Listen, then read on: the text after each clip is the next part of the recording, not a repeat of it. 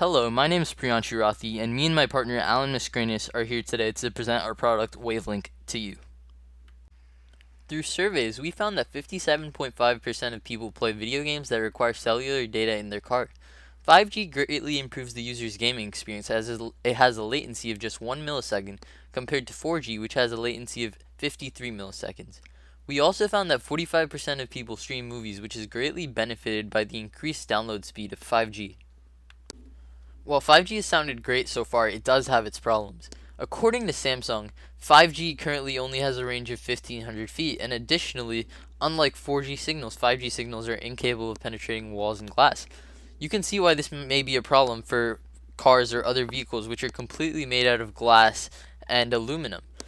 And additionally, this proves that a product like this would be necessary, as it's almost impossible to have a small cell site tower in the range of every 1,500 feet.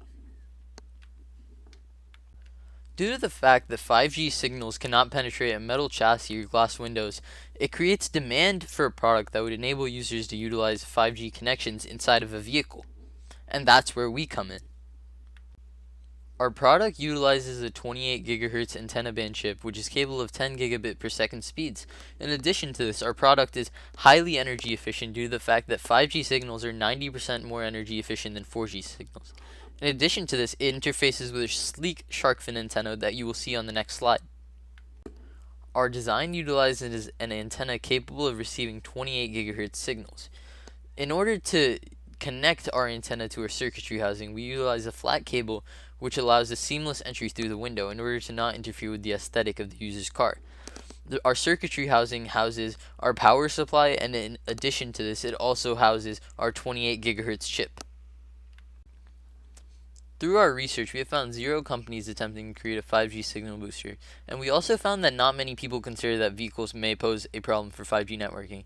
Even though our idea is similar to that of previous generations, it's completely set aside due to the scale that we do it on, and that's why it's truly a blue ocean, considering that most cars without 5G networking in the future will definitely need an extender like this in order to provide their users with the 5G experience.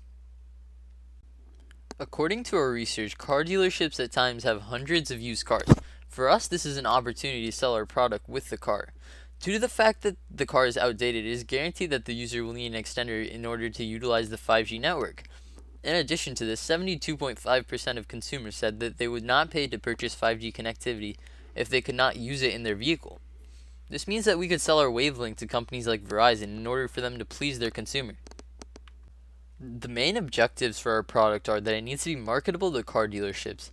It needs to be able to deal with wireless companies. And in addition to this, we need to ensure that the product is under $250. While our starting market would be owners of cars without 5G capabilities, we feel that our ideal market would be car dealerships. And this is because car dealerships have large stores of used cars almost dating back to 2003, according to a Honda dealer that we inquired with. And because of this, they would need a product which could provide their buyers with a 5G experience in order to satisfy their consumer. Direct mail marketing has for long been a tool used by real estate investors to grab a hold of potential homeowners looking to sell. At WaveLink, we viewed this form of marketing as something usable to our benefit.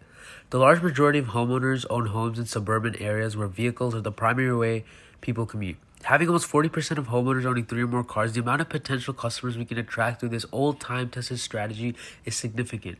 It's also important to mention that if 35% of homeowners are owning not 2 but 3 or more cars, the amount of people owning even 1 or 2 cars is extremely high, adding to our bottom line.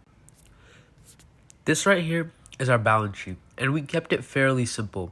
In fact, when determining the units sold and how much our revenue would be, we severely underestimated our revenue and severely overestimated our expenses to make sure that even if things go out of hand, we still remain profitable.